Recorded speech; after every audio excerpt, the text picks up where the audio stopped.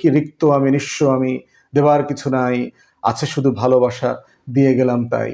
ওর কি আসলে এত নিঃস্ব ছিল? ওর যে হাজার হাজার কোটি টাকা লুটপাটের মাল ছিল, এগুলো কি ওর সম্পত্তি ছিল না? দুদক একটা প্রেস কনফারেন্স করে আমাদেরকে জানিয়েছে যে অগ্রণী ব্যাংকের একটা ভোল্টের অ্যাকাউন্টে ৮৩২ ভরি সোনা পাওয়া গেছে পতিত শেখ হাসিনার নামে, এবং তারা কাগজপত্র ঘেঁটে দেখেছে যে শুধু শেখ হাসিনা না, শেখ হাসিনার ছেলে জয়, মেয়ে পুতুল, শেখ হাসিনার বোন রেহানা, রেহানার ছেলে রাদোয়ান, ববি টবি যা যা আছে, এই যে পুরো মানে শেখ ডাইনেস্টির যারা সদস্য আছে সবাই এই সোনাদানার মালিক আর কি। তো এই ধরেন ৮৩২ ভরি সোনার দাম বর্তমান বাজার মূল্য যে ২ লাখ টাকা ভরি ধরা হয়, এটার দাম এখন ১৬.৫ কোটি টাকা, কিছু বেশি টেশি হবে আর কি এরকম। এইটা গুরুত্বপূর্ণ বিষয় না, গুরুত্বপূর্ণ বিষয় হচ্ছে যে বিএনপি জামাতের যে জোট সরকার ছিল, এই জোট সরকারকে আন্ডারমাইন করবার জন্য যে বাংলাদেশের এই যে আওয়ামী গণমাধ্যম, আওয়ামী বুদ্ধিজীবী, আওয়ামী সাংবাদিক, আওয়ামী লেখক, আওয়ামী টকশো গেস্ট, এই পুরো আওয়ামী চক্র দেখবেন যে বিষয়টাকে সবচেয়ে বেশি হাইলাইট করেছে, সেটা হচ্ছে বিএনপির সময় বাংলাদেশ দুর্নীতিতে ৫বার চ্যাম্পিয়ন হয়েছে। বলা হতো যে তারেক রহমান এবং হাওয়া ভবনকে কেন্দ্র করে হেন কোনো রিপোর্ট নাই এবং রিপোর্টের ভিত্তিতে বয়ান তৈরি করা হয়নি, দুর্নীতির বরপুত্র। বেগম খালেদা জিয়াকে দেখেছি যে কিরকম একটা মিথ্যা মামলায়, জিয়া অরফানেজ ট্রাস্টের ২ কোটি টাকার একটা চেকের মামলায় তাকে সাজা দিয়েছে। পুরো যে ন্যারেটিভ বিল্ড আপ করেছে, এটার কেন্দ্রে ছিল হচ্ছে দুর্নীতি এবং জিয়া পরিবার এবং বিএনপির সেন্ট্রাল টপ লিডারশিপ। তো সেই বাস্তবতার সাথে যদি কম্পেয়ার করেন, আপনি দেখবেন যে আজকের গণমাধ্যমে যে রিপোর্টটা এসছে, এটা একদম ছোট্ট একটা রিপোর্ট আকারে আসছে যে শেখ পরিবারের এগেনস্টে অগ্রণী ব্যাংকে এরকম একটা দুদকের এটা পাওয়া গেছে। এটা আগেই পাওয়া গেছে। দুদক যেটা করেছে সেটা হচ্ছে, যেহেতু আদালতের রায় পাওয়া যায় নাই, এই জন্য এটা জব্দ করতে পারে নাই।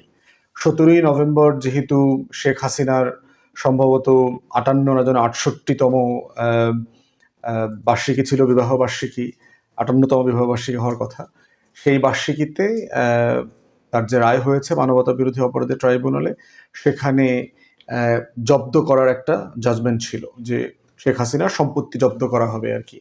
তো সেইটার অংশ হিসাবে এই সম্পত্তিটা দুদক এখন জব্দ করতে পেরেছে, অগ্রণী ব্যাংকের ভোল্টে থাকা।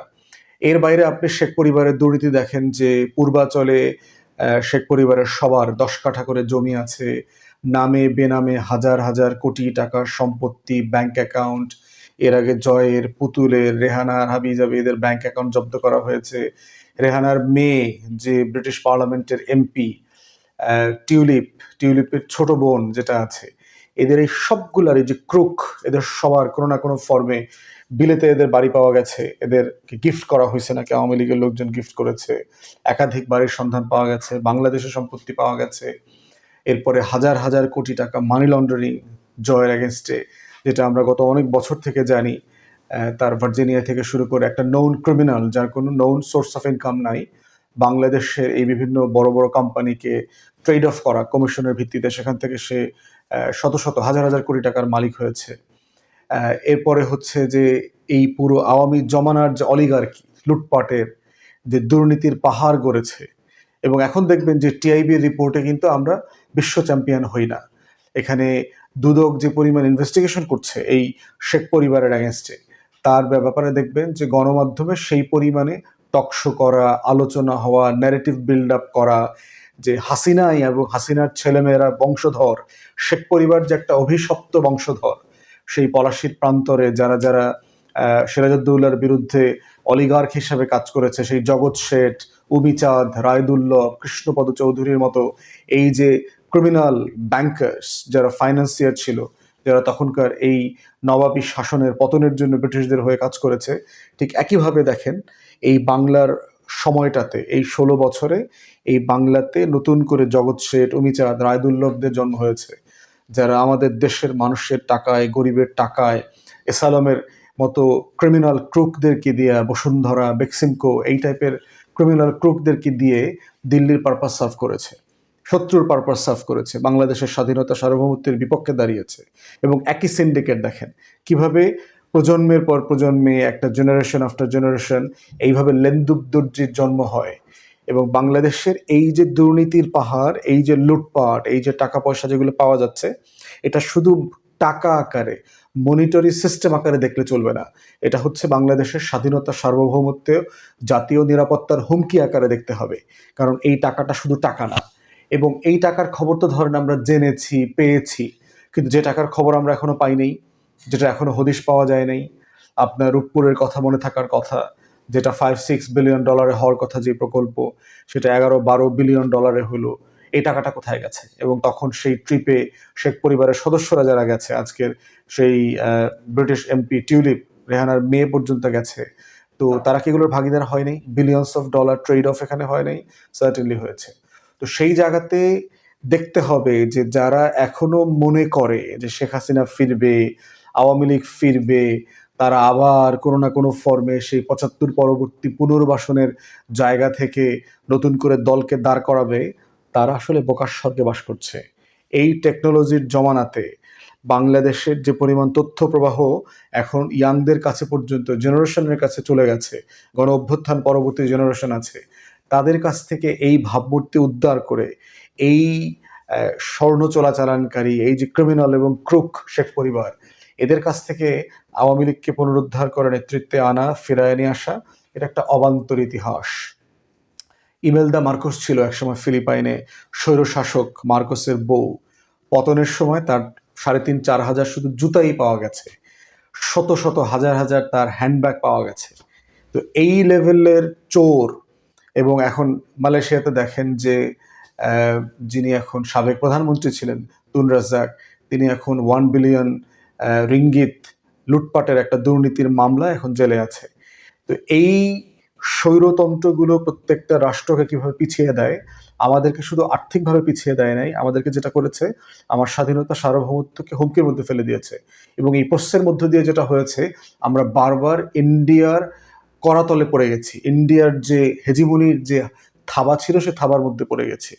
অন্তর্বর্তীকালীন সরকার যে সকল কারণে আমাদের সবার প্রশংসা পাওয়ার যোগ্য, তার ভিতরে একটা হচ্ছে এই শেখ পরিবারের ক্রিমিনাল এবং ক্রুক প্রত্যেকটা সদস্যকে এক্সপোজ করে দেওয়া জাতির কাছে, যে আসলে তারা কারা, এরা কি আসলে একটা দেশের শাসক হওয়ার যোগ্য কিনা, যারা যাদের দেশের মানুষের প্রতি ন্যূনতম ভালোবাসা, দরদ, শ্রদ্ধা কিছু নাই, কিন্তু মানুষের কাছ থেকে রক্তচোষা টাকা নিয়ে নিজেরা পুঞ্জীভূত করেছে। অথচ দেখবেন এই শেখ হাসিনা কত কবিতা বলছে বিভিন্ন মিটিংয়ে, নিঃস্ব আমি, কি রিক্ত আমি, নিঃস্ব আমি, দেবার কিছু নাই, আছে শুধু ভালোবাসা, দিয়ে গেলাম তাই। ওর কি আসলে এত নিঃস্ব ছিল? ওর যে হাজার হাজার কোটি টাকা লুটপাটের মাল ছিল, এগুলো কি ওর সম্পত্তি ছিল না? তা আসলে দেখেন, এবং এই কবিতা বলা এই যে লুটেরা শ্রেণী, তাদের কথা মানুষ বিশ্বাস করেছে বারবার, এবং বিশ্বাস করে তারা ঠকেছে।